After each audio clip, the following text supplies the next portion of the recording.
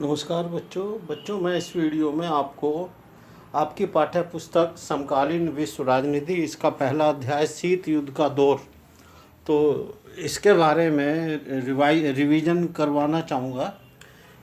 तो इसमें जो मेन पॉइंट्स हैं वो सबसे पहले बेटा प्रथम विश्व युद्ध 1914 से 1918 तक चला था, जिसने संपूर्ण विश्व को दहला दिया था।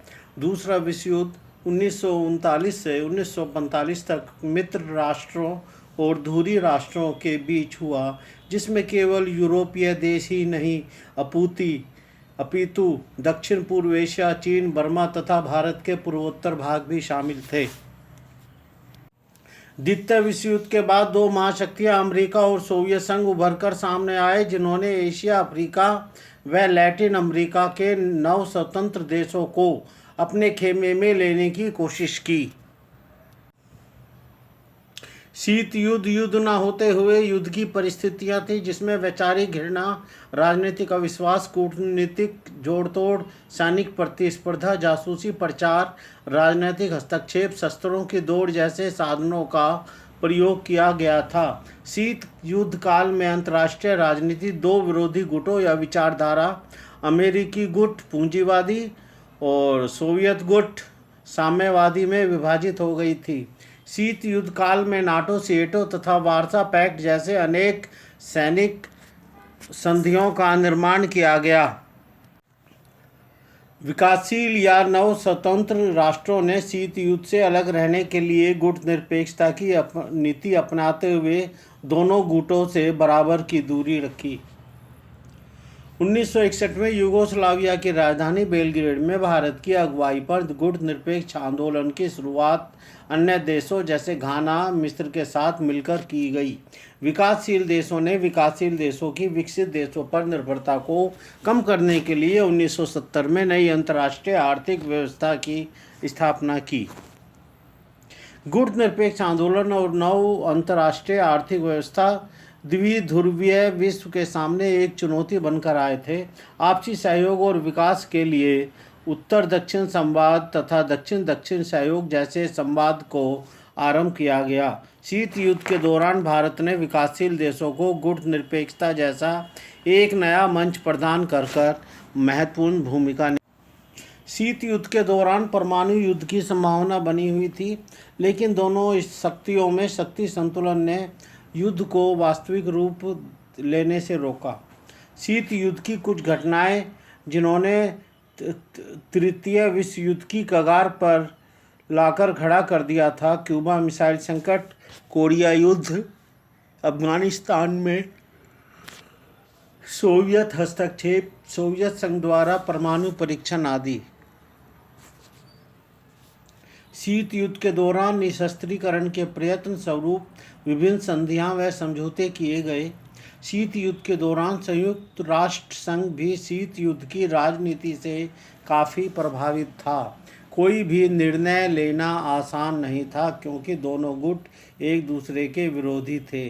सैन्य संधि संगठन: दोनों महाशक्तियों ने अपनी शक्ति वृद्धि हेतु सैन्य संगठन बनाए। अप्रैल 1949 में नाटो यानी नॉर्थ अटलांटिक ट्रीटी ऑर्गेनाइजेशन, उत्तर अटलांटिक संधि संगठन, अमेरिका द्वारा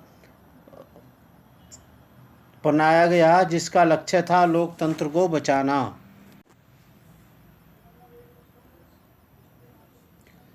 1945 में दक्षिण पूर्व एशियाई सैनिक संधि संगठन सीटो, अमेरिकी नेतृत्व और साम्यवाद प्रसार को रोकने के लिए यह संधि की गई थी। 1955 में बगदाद पैक्ट या सेंट्रल ट्रीटी ऑर्गेनाइजेशन सेंटो, अमेरिकी नेतृत्व, साम्यवाद रोकना। 1955 वार्सा संधि, सोवियत संघ के नेतृत्व में देशों ने इस पर हस्ताक्षर किए। अपना प्रभाव क्षेत्र बढ़ाते हुए और उनसे प्राप्त अन्य लाभों को देखते ही महाशक्तियां छोटे देशों को साथ रखना चाहती थी। छोटे देश भी सुरक्षा, हथियार और आर्थिक मदद की दृष्टि से महाशक्तियों से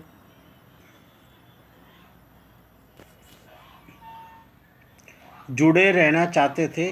परमाणु संपन्न होने के कारण दोनों ही महाशक्तियों में रक्त रंजित युद्ध के स्थान पर प्रतिद्वंद्विता तथा तनाव की स्थिति बनी रही, जिसे शीत युद्ध कहा गया। महाशक्तियों को छोटे देशों से लाभ, छोटे देशों के प्राकृतिक संसाधन प्राप्त करना, सैन्य ठिकाने स्थापित करना, आर्थिक सहायता प्राप्त करना, भूक्षेत्र, ताकि महाशक्तियां अपने हथियारों और सेना का संचालन आसानी से कर सके। शीत युद्ध के दायरे यानी विवाद क्षेत्र: 1948 बर्लिन की नाकेबंदी, 1950 कोरिया संकट, 1954 में वियतनाम में अमेरिकी हस्तक्षेप, 1962 में क्यूबा मिसाइल संकट, 1971 में भारत बांग्लादेश युद्ध, भारत पाकिस्तान युद्ध और 1979 में अफगानिस्तान में सोवियत संघ का हस्तक्षेप। ये शीत युद्ध के दायरे या महत्वपूर्ण घटनाएं थी। दो ध्रुवीयता को चुनौती: गुट निरपेक्षता। भारत के जवाहरलाल नेहरू, मिस्र के अब्दुल गमाल नासिर, यूगोस्लाविया के मार्शल टीटो, इंडोनेशिया के डॉक्टर सुकर्नो और घाना के वामे एनक्रूमा ने 1961 में यूगोस्लाविया के बेलग्रेड में 25 सदस्यों के साथ इस संगठन की स्थापना की। जुलाई 2009 में गुट निरपेक्ष आंदोलन का 15वां अधिवेशन मिस्र में हुआ, जिसमें इसकी सदस्य संख्या 118 तथा 15 देश पर्यवेक्षक थे और पर्यवेक्षक संगठनों की संख्या 9 थी। नव अंतर्राष्ट्रीय आर्थिक व्यवस्था: गुट निरपेक्ष देशों ने 1972 में संयुक्त राष्ट्र संघ के व्यापार और विकास से संबंधित सम्मेलन अंकटाड में विकास के लिए एक नई व्यापार नीति की ओर एक प्रस्ताव प्रस्तुत किया, ताकि विकसित देशों तथा बहुराष्ट्रीय कंपनियों द्वारा गरीब देशों का शोषण रोका जा सके। भारत और शीत युद्ध: भारत ने 9 स्वतंत्र देशों की अगुवाई की। भारत ने यूएसए तथा यूएसएसआर से अच्छे संबंध रखने की कोशिश करते हुए राष्ट्र हितों के प्राथमिकता को बल दिया। 17वें गुट निरपेक्ष आंदोलन का आयोजन वेनेजुएला के भागीरथी द्वीप में सितंबर 2016 में किया गया। वर्तमान में आंदोलन के देशों की संख्या या सदस्यों की संख्या 120 है। साथ ही वर्तमान में इसके 17 देश तथा 10 अंतर्राष्ट्रीय संगठन पर्यवेक्षक हैं। इस शिखर सम्मेलन में आतंकवाद, संयुक्त राष्ट्र सुधार, पश्चिम एशिया की स्थिति, संयुक्त राष्ट्र शांति अभियानों, जलवायु परिवर्तन, सतत विकास, शरणार्थी समस्या और परमाणु निशस्त्रीकरण जैसे मुद्दों पर चर्चा हुई। नव अंतर्राष्ट्रीय आर्थिक समुदाय NIEO 1972 में UNO के व्यापार एवं विकास आंदोलन अंकटाड में UNCTAD विकास के लिए एक नई व्यापार नीति का प्रस्ताव प्रस्तुत किया गया, ताकि धनी देशों द्वारा नवस्वतंत्र देशों का शोषण न हो सके। Towards a new trade policy for development, विकास के लिए नई व्यापारिक नीति की ओर एक रिपोर्ट प्रस्तुत की गई। प्रमुख शस्त्र नियंत्रण संगठन: इसमें जो मेन 4 संधि यहाँ है बेटा, नियंत्रण संधि। सबसे पहले LTBT, limited test ban treaty, limited test ban treaty. Number 2 NPT, nuclear non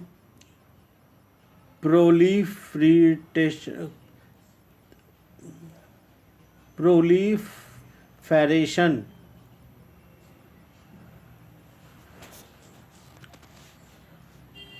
इसमें जनवरी 1967 से पूर्ण परमाणु शक्ति संपन्न राष्ट्र के अलावा कोई अन्य देश परमाणु हथियार हासिल नहीं करेगा। साल्ट, स्ट्रेटेजिक आर्म्स लिमिटेशन टाक, 1 मई 1972 और साल्ट 2 जून 1972। घातक प्रतिरक्षा हथियार परिसीमन, START strategic arms reduction treaty, जुलाई 1991 और स्टार्ट 2 जनवरी 1993 सामरिक अस्त्र परिसीमन न्यूनीकरण संधि। सामरिक अस्त्र परिसीमन न्यूनीकरण संधि, स्ट्रेटेजिक आर्म्स रिडक्शन ट्रीटी। नव स्वतंत्र देश या तीसरी दुनिया ने गुटनिरपेक्षता की नीति का अनुसरण किया, क्योंकि यानी अब इसमें गुटनिरपेक्षता अपनाने के कारणों का वर्णन हम करेंगे कि नव स्थानीय राष्ट्र जानते थे कि सैनिक गुट उनकी स्वाधीनता व शांति के लिए गंभीर खतरा पैदा कर देंगे। नव स्वाधीन राष्ट्र जानते थे कि सैनिक संगठनों को बढ़ावा देने से अस्त्र शस्त्र के निर्माणों को बढ़ावा मिलेगा, जिससे विश्व शांति को खतरा उत्पन्न होगा। इन देशों के सामने सामाजिक और आर्थिक पुनर्निर्माण की एक भारी जिम्मेदारी थी और इस कार्य को युद्ध एवं तनावों से मुक्त वातावरण में ही पूरा किया जा सकता था। शक्ति संगठन का सदस्य बनने से उन्हें संगठनों के बनाए नियमों पर चलना पड़ता, इसलिए ये तटस्थ रहे। हुई थी शीत युद्ध के दौरान 1947 साम्यवाद को रोकने के लिए अमेरिकी राष्ट्रपति ट्रूमन द्वारा मार्शल योजना की आरंभ। 1947 से 1952 मार्शल प्लान पश्चिमी यूरोप के पुनर्निर्माण में अमेरिका की सहायता। 1948 से 1949 सोवियत संघ द्वारा बर्लिन की घेराबंदी। अमेरिका और उसके साथी देशों ने पश्चिमी बर्लिन के नागरिकों को जो आपूर्ति भेजी थी उसे सोवियत संघ ने अपने विमानों से उठवा लिया। 1950 से 1953 कोरियाई युद्ध। 1954 वियतनाम के हाथों दायन बियन फू में फ्रांस की हार। जेनेवा समझौते पर हस्ताक्षर। 17वीं समांतर रेखा द्वारा वियतनाम का विभाजन और सिएटो का गठन 1954 में। 1954 से 1975 वियतनाम में अमेरिकी हस्तक्षेप। 1955 बगदाद समझौते पर हस्ताक्षर। बाद में इसका नाम सेंटो यानी सेंट्रल ट्रीटी ऑर्गेनाइजेशन केंद्रीय संधि संगठन रख दिया गया। 1956 हंगरी में सोवियत संघ का हस्तक्षेप। 1961 या 1962 क्यूबा में अमेरिका द्वारा प्रायोजित वे ऑफ विंग्स आक्रमण। 1961 बर्लिन की दीवार खड़ी की गई। 1962 क्यूबा का मिसाइल संकट। 1965 डोमिनिकन रिपब्लिक में अमेरिकी हस्तक्षेप। 1968 चेकोस्लोवाकिया में सोवियत हस्तक्षेप। 1972 अमेरिकी राष्ट्रपति निक्सन का चीन का दौरा। 1978 से 1989 कंबोडिया में वियतनाम का हस्तक्षेप। 1985 गोर्बाचेव सोवियत संघ के राष्ट्रपति बने, सुधार की प्रक्रिया आरंभ की।